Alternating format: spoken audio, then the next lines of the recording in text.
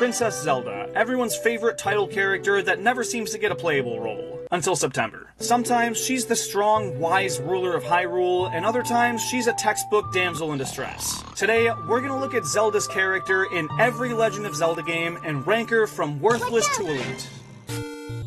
Starting with the iconic gold cartridge itself, The Legend of Zelda pretty much makes her Princess Peach. Ganon kidnaps her, and it's our mission to rescue her and save the day. She does split the Triforce of Wisdom into 8 pieces and scatter them throughout the kingdom, which holds Ganon off for a bit, and I think that's enough to keep her out of worthless tier. Barely does anything. Zelda 2: The Adventure of Link puts her name on the back burner of the title, and gives Link his much-deserved time in the spotlight. The game opens with Link standing in some room, and Zelda being unconscious on a bed in the background. Ganon placed a sleeping spell on her, and the only way to wake her up is to scour the treacherous lands of Hyrule and collect all 3 pieces of the Triforce. She's physically present this time around, and even gives Link a little smoochie at the end of the game, but she doesn't do anything to actually help us, so worthless. In this game, she's similarly a primary motive for Link's quest, but she's way more involved here. The game opens with her already being kidnapped, and sending a telepathic message to Link about where she is and how to rescue her. And when you do, she follows you throughout the dungeon and shows Link a secret escape route that he had no idea about. Okay, not bad. But once she's out, she stays back and hides away while Link tries to stop the evil wizard Aganon from unleashing darkness on Hyrule. That's not the end of her role, though. She uses her telepathic abilities displayed in the opening to give Link pointers, help him through dungeons, and find important items. She's not right there with him, but her wisdom contributes just as much as if she were there, and I think that earns her a respectable comes in clutch.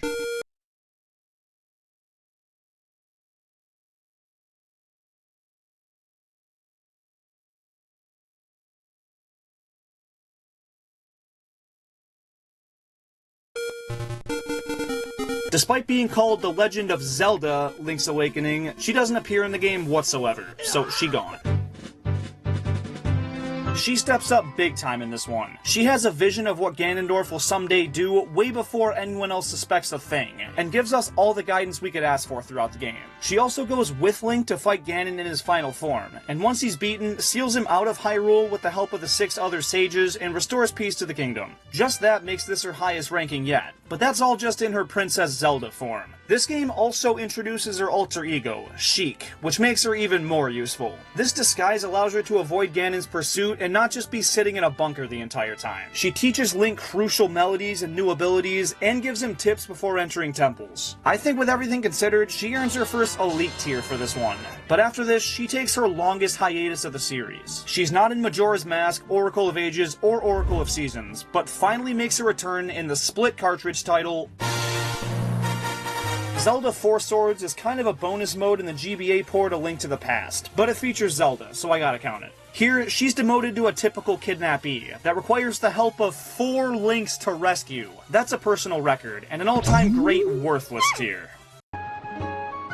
Zelda starts off completely unaware that she's the Princess of Hyrule, or even that her name is Zelda. Tetra is a lowly pirate captain, and is captured early in the game by some giant bird. But after being saved by Link, she's pretty useful, and helps Link save his sister from the aforementioned Birdman. Fast forward to their first encounter with Ganon, Link gets his ass whooped, and Zelda steps up and attempts to save him. It doesn't do much, but still, she tries, and after just narrowly escaping that, it's revealed to her that she is in fact the heir to the Hyrule throne, and is instructed to stay back while Link does all the adventuring. From there, she's back to her regular role of occasional guidance and yapping about the past. Until Ganon kidnaps her, Link has to save her, and the two battle Ganon side by side with the Master Sword in full power. She's sniping him from afar while Link duels him one-on-one, so she's contributing quite a bit, and overall, she's pretty darn helpful through and through, and the only thing holding this one back from another elite is the multiple kidnappings.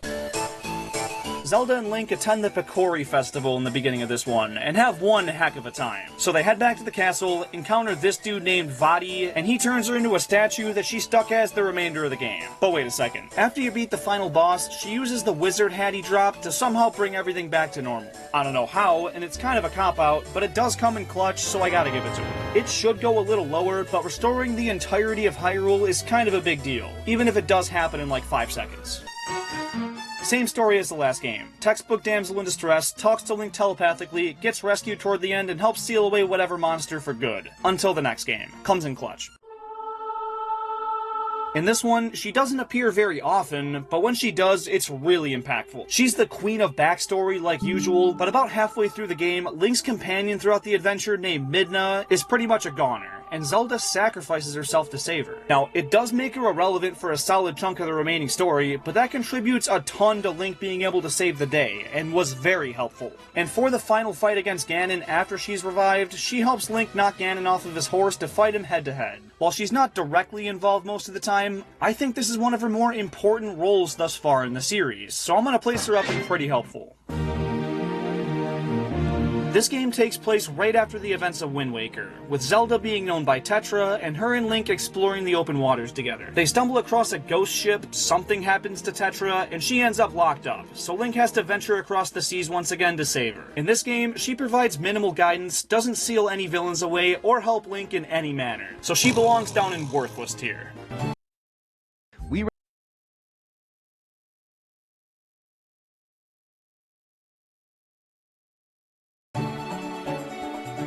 Some bad guy named Chancellor Cole takes her body and leaves her a floating spirit that only Link is able to see. Now this ghost is the most OP Zelda's been to date. She follows Link throughout the entire adventure, teaming up with him to work through dungeons, fight enemies, and possess enemies, which is pretty freaking sweet. This is where that giant knight dude from Smash Bros comes from. She's an absolutely crucial part of saving the day, and Elite is 100% where she belongs.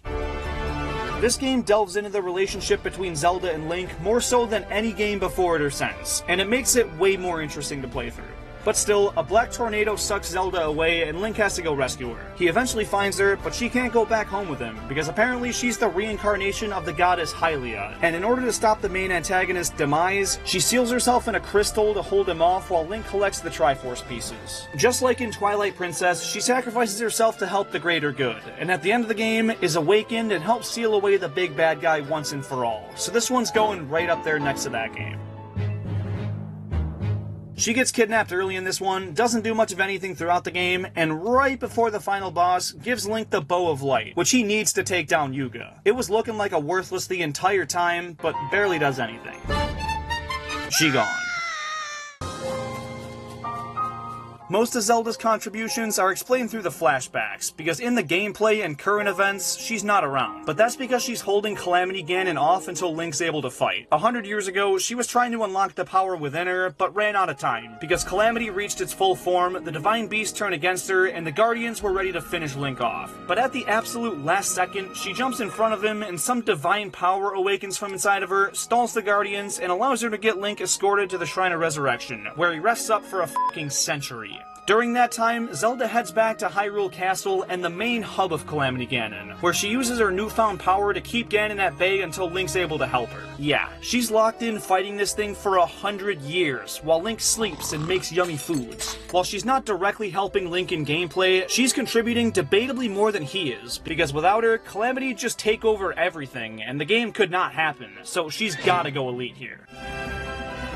The game opens with her and Link exploring some underground ruins, where they find Ganon in a defeated state. But the moment they see him, the arm holding him down falls to the ground and reawakens the beast, who smashes the Master Sword and sends Zelda way the hell down there, and apparently back in time. There, she fixes up the Master Sword, turns into a dragon, so she can stay alive and meet back up with Link in current times. I don't know, it's weird, but in dragon form, she plays a critical role as Link's rideable companion, and is vital to helping him kill Ganon for good. Again.